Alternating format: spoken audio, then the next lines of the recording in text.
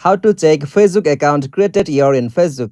Hey everyone, welcome back. In this video, I will show you how to check Facebook account created date. So let's get started.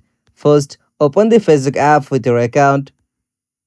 After you open Facebook, from here, tap on menu at the bottom right. From menu section, tap on settings just at the top right.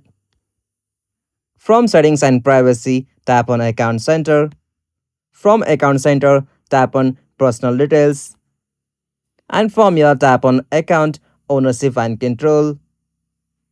From this section, if you find any options like activation date, from here you can manually find that. If you not find that, there is an alternative method. For that, back from here and open your Facebook profile. For that, tap on your profile icon at the top left.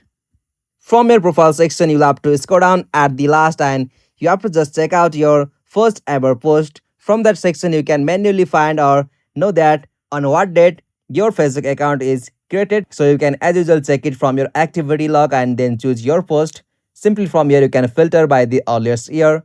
As you can also check off your welcome email from Facebook by searching welcome to Facebook on your Gmail app. So by doing that process, you can check your Facebook account created year.